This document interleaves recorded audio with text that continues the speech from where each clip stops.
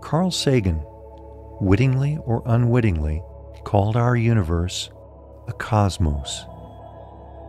Whether he intended to or not, he implied that viewing the universe as a complex and orderly entity was preferable to the chaos of a randomly developing universe. However, it is true that, in the master universe, there are as many suns as there are glasses of water in the oceans of your world. We view stupendous grandeur in the heavens, yet we cannot fully grasp, cannot begin to wrap our minds around the majesty, sublimity, and complexity in the cosmos, or comprehend the truth that there is a great and glorious purpose in the march of the universes through space. But what if we explored a more tractable portion of space, a more fathomable volume to consider? Wouldn't that allow us to make our universe more relatable, more intimate, more intriguing? Want to take a ride? Let's imagine the enormity of the super-universe of Orvonton. Its 10 major sectors viewed from above, made up of 10 trillion stars, most of which we'll never discern. We descend down into Splandon, the 5th star drift, a major sector, 1/10 of our galaxy, comprised of 100 minor sectors.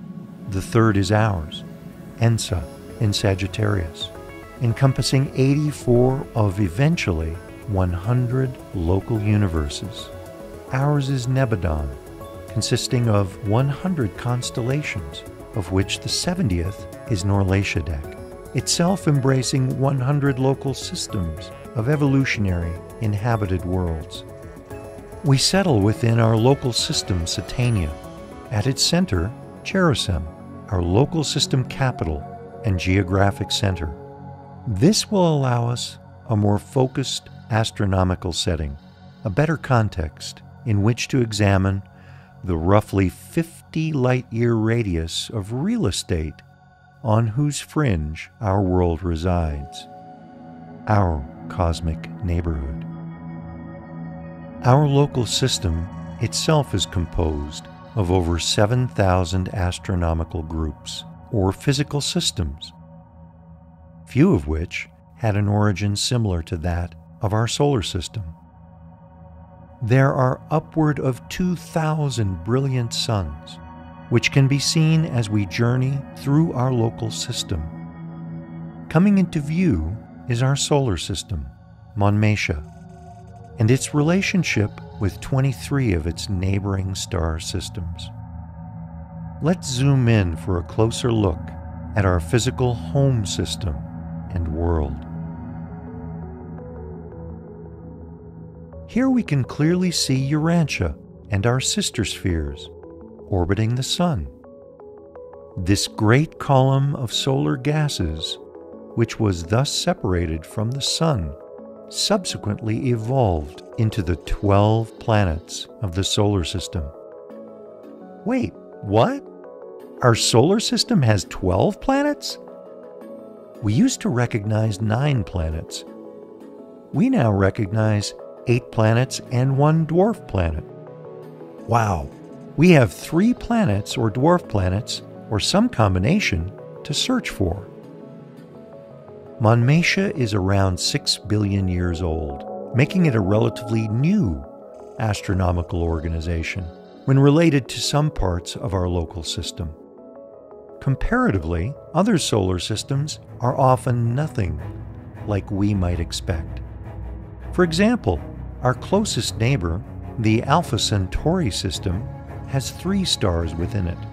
2 of these stars are in a binary configuration, with a third dwarf star called Proxima Centauri, quite distant from its larger siblings. Proxima has at least 1 planet in orbit around it. While there are more than 2,000 blazing orbs within our local system, there remain 5,000 other physical systems quite unaccounted for. No doubt, The reason for this lack of current scientific recognition is, in large part, because they are not solar systems. Put quite simply, where there's no light, it's dark. They are often neutron stars or huge dark islands of space, shown here with planets and planetesimals and moons orbiting these spheres. The intense gravity preventing even light from escaping or reflecting off these enormous spheres has given rise to the concept of black holes in current human cosmology. Super-Jovian substellar objects such as brown dwarfs are not easy to see, as they barely glow, but they could harbor orbiting spheres. Even nomadic objects, which are tiny in mass when compared to spheres like ours, have nonetheless congregated in an orbital dance as they wander space. The work of God is literal as well as spiritual. He stretches out the north over the empty space and hangs the earth upon nothing. The Creator covers himself with light as with a garment and stretches out the heavens as a curtain. All these material wonders, shining stars, dark islands, a plethora of planets and moons, are in truth a canvas on which life is painted, grows, and progresses until humankind, creatures who can know God, arise on earth. As we might gaze skyward, are there others who look back towards us and wonder, are we alone? We are certainly not alone. Current science conjectures this probability of inhabited worlds in our universe. The Urantia book posits this rough proportion of astronomical systems that are already inhabited worlds, just in our local system. The universe is teeming with life, even intelligent, sentient life, capable of seeking after God. These other spheres have life that was as precisely designed and implanted as it was on our world. Simple life that evolves into beings of will dignity, just like us. This life, while arising from humble origins, progresses through diverse adaptations to every possible environment that could possibly foster and sustain life, and evolves into beings who grow up to possess themselves of the potential of immortal souls. Now, our cosmic neighborhood is not a uniform physical system, a single astronomic unit or organization. Its 619 inhabited worlds are located in over 500 different physical systems. Only 5 have more than 2 inhabited worlds, and of these, only 1 has 4 peopled planets, while there are 46 having 2 inhabited worlds. All these pronouncements may come across as presumptuous, even shocking to some, while to others these statements may be perceived as comforting declarations leading to a greater truth about our human condition and our path to God.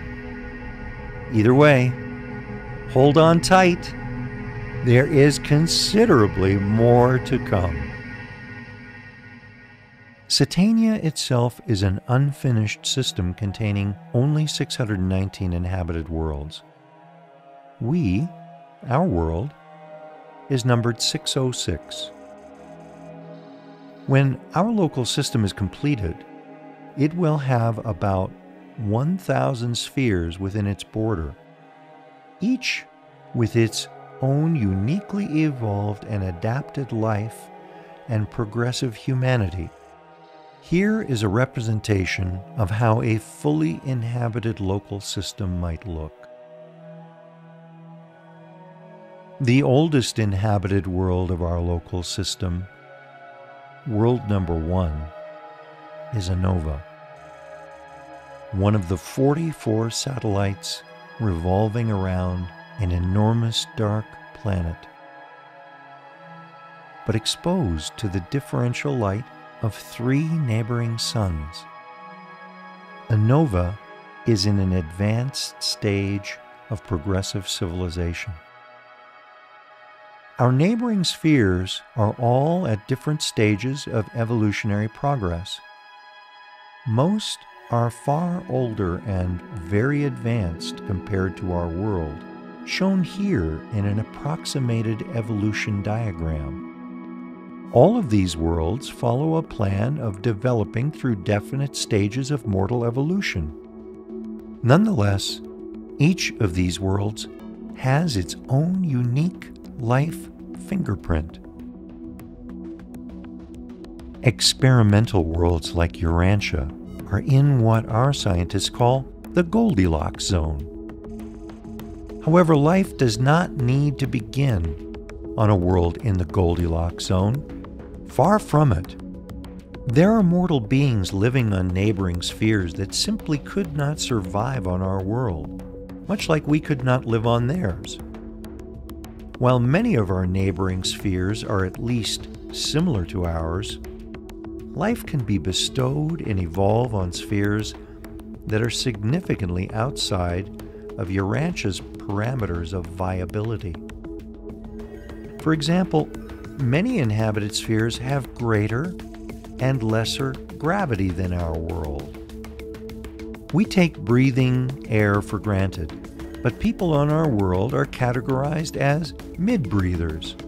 Indeed, there are worlds where the atmosphere is dramatically thinner, 1/150th our atmosphere, such as Mars. These people are sub-breathers. Conversely, there are spheres where the atmosphere is significantly denser, such as Venus, whose atmosphere is 91 times as dense as ours. Inhabitants of worlds like these are super-breathers. Life is also adaptable to function in a wide range of temperatures. Worlds which are significantly colder than our world and far hotter can still harbor life that has been adapted to function on it. Remember, this paradigm differs from that of current science, which can only presume life is a random event, the result of chemosynthesis. By contrast, the paradigm that Revelation posits is that life is designed and fostered. Imagine encountering a life form from one of these worlds. How astonished might we be to see all the forms that life can take?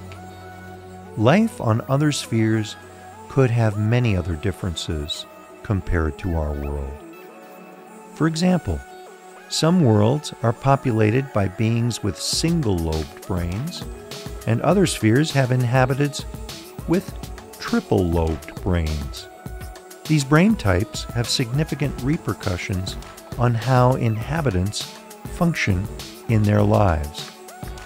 Our world Urantia has 2-brained people, recognized as the 2 cerebral hemispheres with the cerebellum underneath. We're told that terrestrial environment, whether land, water, air, or some combination of land and air, is one set of adaptive parameters to which human evolution is designed depending on the kind of environment a sphere supports. Imagine worlds that have virtually no electric activity. Compared to our world in the 4th electric series, with its cracks of lightning during severe thunderstorms, to worlds that might be outliers of the 10th series, where worlds are subject to disastrous electrical storms of a nature unknown on our world. Shocking! Full details are not possible to convey in a presentation, Indeed, the potentials of these variables and life pattern adaptations are nearly limitless. From current science's perspective, there are a superabundance of inhabited worlds, all in the relatively small volume of our local system.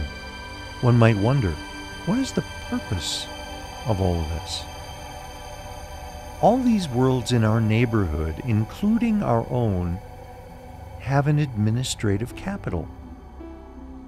JERUSEM, the headquarters of our local system, not only is this system of spheres the administrative capital of our local family of worlds, but it is also home to our immediate destiny once we finish our mortal career. JERUSEM itself is about 100 times the diameter of Urantia, just a little smaller than our Sun. Surrounded by 7 satellites, each of these spheres is 10 times the diameter of our world, about the size of Jupiter, and each of these 7 spheres has 7 subsatellites, about the size of Urantia. Our administrative capital sits very near the geographic center, the gravity center of our local system. JERUSEM receives faint light from several nearby suns, a sort of brilliant starlight, but it is not dependent on them. Worlds like JERUSEM are not subject to the vicissitudes of sun disturbances. Neither are they confronted with the problem of a cooling or dying sun. There will eventually be 1 billion such administrative capitals like JERUSEM throughout our superuniverse of Orvonton. It could well be that these stars that are nearby JERUSEM, or at least some of them, also light the physical system around which the advanced world of ANOVA, world number 1, revolves. There are numerous details revealed about our own solar system, intriguing facts that spark our creative imaginations.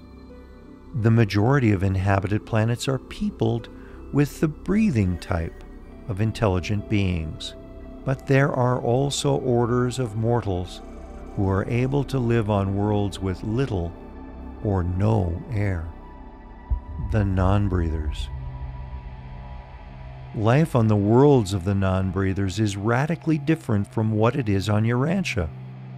They do not eat or drink. The metabolism of these specialized peoples is radically different. Almost every act of living differs from ours. Now, pun intended, take a deep breath. You would be more than interested in the planetary conduct of this type of mortal, because such a race of beings inhabits a sphere in close proximity to Urantia. Yes, you heard that correctly. There is a sphere, almost certainly within our solar system, which is inhabited by human beings who do not breathe. Longtime students have put forward 5 or 6 different candidate spheres in our solar system. Our own moon, for instance, would qualify as a non-breather world. However, there are so very few of the non-breather type of inhabited worlds in SATANIA because this more recently organized section of NORLATIADEK still abounds in meteoric space bodies. And worlds without a protective friction atmosphere are subject to incessant bombardment by these wanderers. This narrows down where a non-breather sphere could be in our solar system. On what world, with no combustion atmosphere, in a relatively young local system like ours, would it be safe enough to live? Might such a world need to be in close proximity to a far larger mass, massive enough to attract almost all rogue meteors and wanderers? Might that not make it an effectively safe harbor for a world directly exposed to space?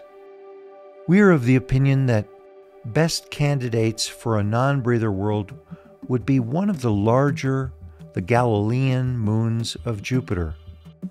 Of these 4 moons, Io, Europa, Ganymede, and Callisto, Ganymede meets some good criteria for an inhabited world of the non-breathers.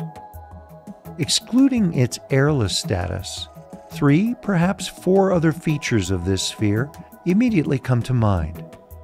It has a solid surface terrain whose surface area is quite comparable to that of Earth. It has a magnetosphere. It has a saltwater ocean sandwiched between its 2 thick ice layers. While it has radiation, it is otherwise quite a remarkable sphere, probably quite agreeable for Ganymedian non-breathers. Even if we're wrong about it being Ganymede, it means that some other sphere is a world of the non-breathers and is most likely in our solar system. MONMATIA, our solar system, almost certainly has 2 worlds with human beings of will dignity in it. If this revelation was not already amazing enough, let us reframe back to the purpose of evolutionary spheres. What does all this mean for us? God, our Creator, can and did, in eternity, create an entire universe, the central universe of Havona, complete and fully inhabited by untold orders of perfect beings. That, believe it or not, was easy. A far more protracted and challenging enterprise was to create the conditions for personalities to be born, and over huge periods of time, to progress, step by step, to personal perfection, and to personally participate by our progressive decisions in the act of co-creating with God our better selves to come. Isn't this the true reason we were born here, and that others are born on their worlds? Is this not just the beginning of our endless adventure in participation with our ever-loving Father in creation? The moment we close our eyes on this world for the last time will be followed by an instant that we perceive as immediately opening them. We wake up on the first Mansionia, satellite of a satellite of JERUSEM. How did we get here? The same way our brethren on the neighboring non-breather world and all the 619 inhabited spheres in our system do. We were enseraphimed, and we will have awakened on the new shores of this new world, of this better country. Death added nothing to the intellectual possession or to the spiritual endowment, but it did add to the experiential status, the consciousness of survival. Just as this world is not our permanent home, the worlds of JERUSEM are not our ultimate destination.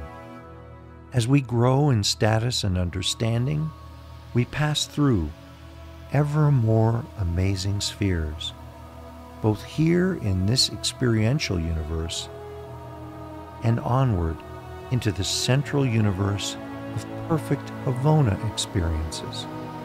All the way along, we are reminded of the Master's injunction to the apostles as they passed over the first bridge many of them had ever walked upon. This world is only a bridge. You may pass over it, but you should not think to build a dwelling place upon it. What is our supreme destination? Perfection. To stand in the very presence of God our Father, the first source and center of all this universe reality. And just how do we do this? We are in eternal partnership with God's indwelling Spirit. And after we have made this incredible journey, an endless career across the entire Master Universe and beyond. The journey never ends.